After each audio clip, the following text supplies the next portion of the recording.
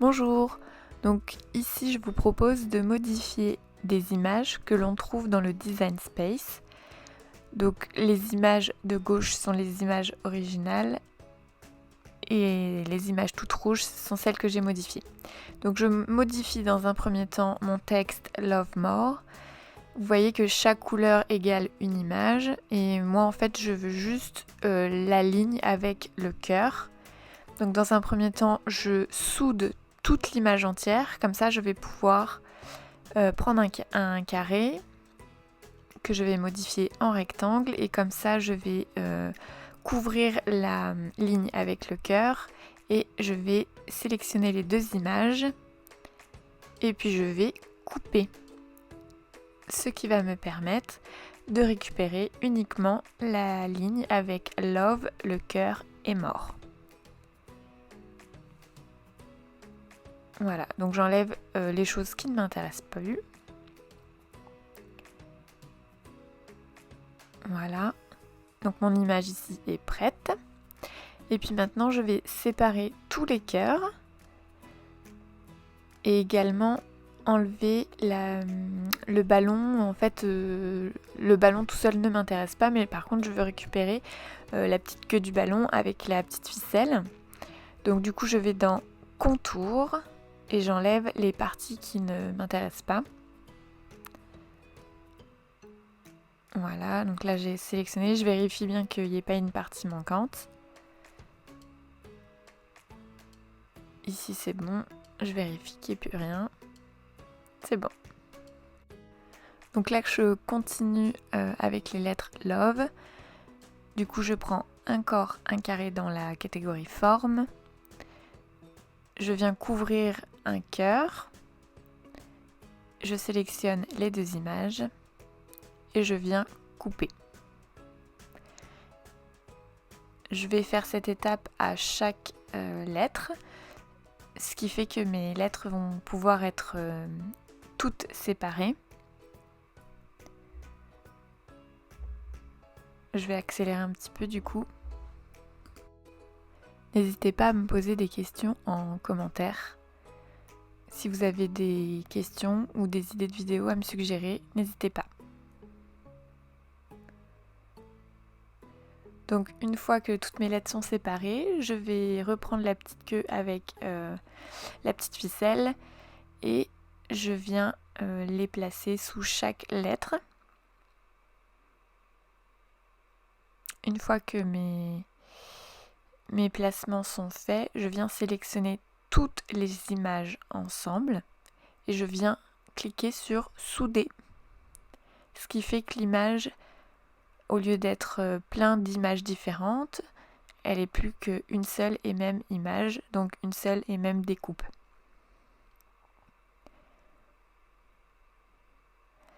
Donc j'ai calculé moi par rapport à mon support en verre quelle taille à peu près devraient être mes images. Donc c'est pour ça qu'elles sont plus petites sur le côté droit. Donc là je vais cacher ces images que je viens de faire avec vous parce que j'en ai pas besoin. Donc je clique sur le petit œil à droite. Et là je clique sur créer.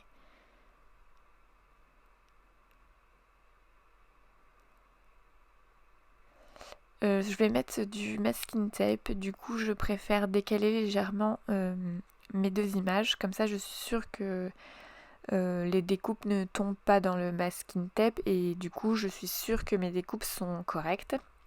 Je clique sur continuer.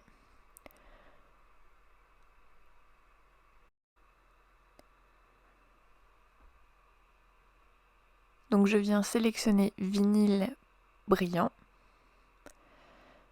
Je n'ai pas besoin de changer la pression et la lame à pointe fine est déjà chargée. Donc maintenant on va passer ensemble aux matériaux que j'ai utilisés.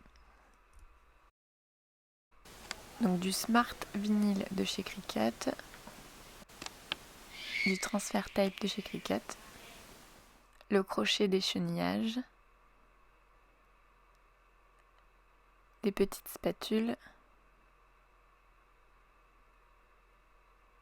le tapis vert, J'utilise ici un massicot pour couper droit, moi j'aime bien. Pour l'installation du vinyle sur le tapis, vous allez voir, c'est très simple. C'est toujours la couleur vers le haut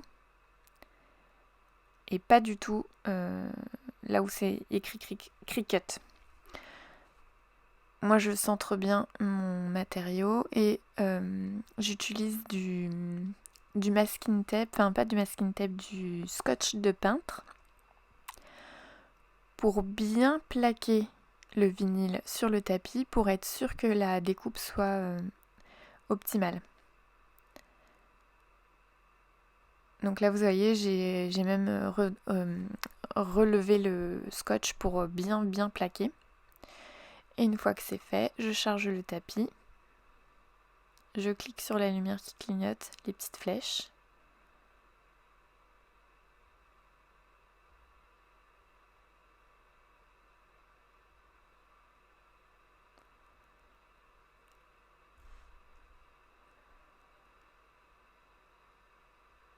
Et c'est parti.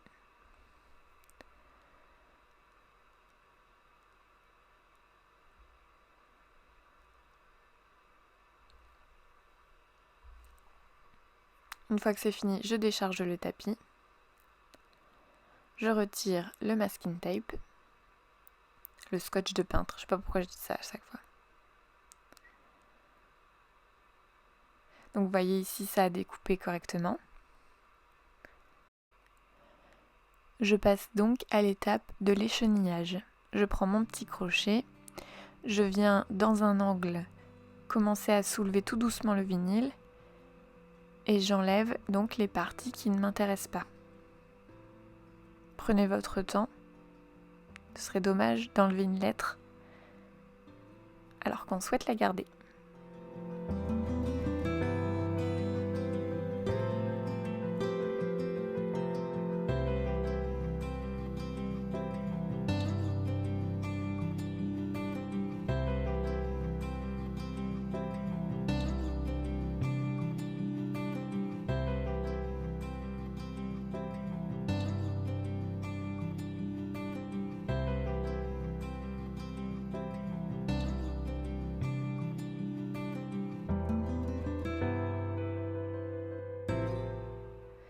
Alors vous allez voir sur cette partie-ci, j'ai failli perdre une petite ficelle du ballon.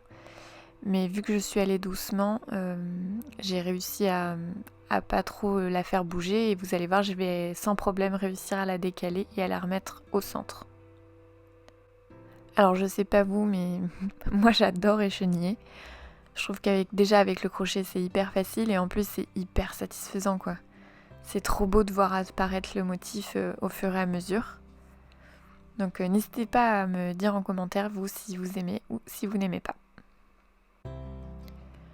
Donc ici je passe à l'étape du transfert tape. Donc je viens mettre un petit bout sur mon image et surtout je frotte bien pour être sûr que toutes mes lettres adhèrent bien et que quand je retire le masking tape, eh bien tout soit sur le masking tape. Ce qui fait que mon motif sera bien plus facile après à transférer sur mon support en verre. Donc là je prends mon pot en verre qui est un ancien pot 3 mèches de chez Party Light. J'essaye de à peu près centrer mon motif. Donc là il est pas, vu que ce sont des petits ballons et tout, il n'y a pas besoin d'être que ce soit hyper droit. Je commence par le centre de ma lettre O et tout doucement à partir de la lettre O, je commence à chasser l'air de haut en bas, de droite à gauche pour être sûr qu'il n'y ait pas trop de bulles d'air et surtout que mon motif adhère extrêmement bien au verre.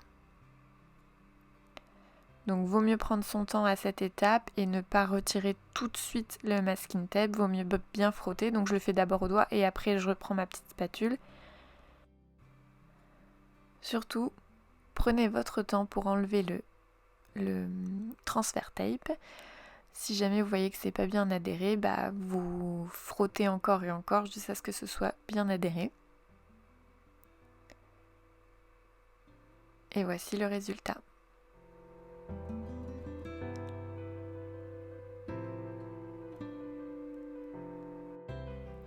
Et voilà, les pots peuvent contenir des petites gourmandises maintenant. J'espère que cette vidéo vous a plu. N'hésitez pas à me mettre un like, un commentaire et à vous abonner. Belle création à vous!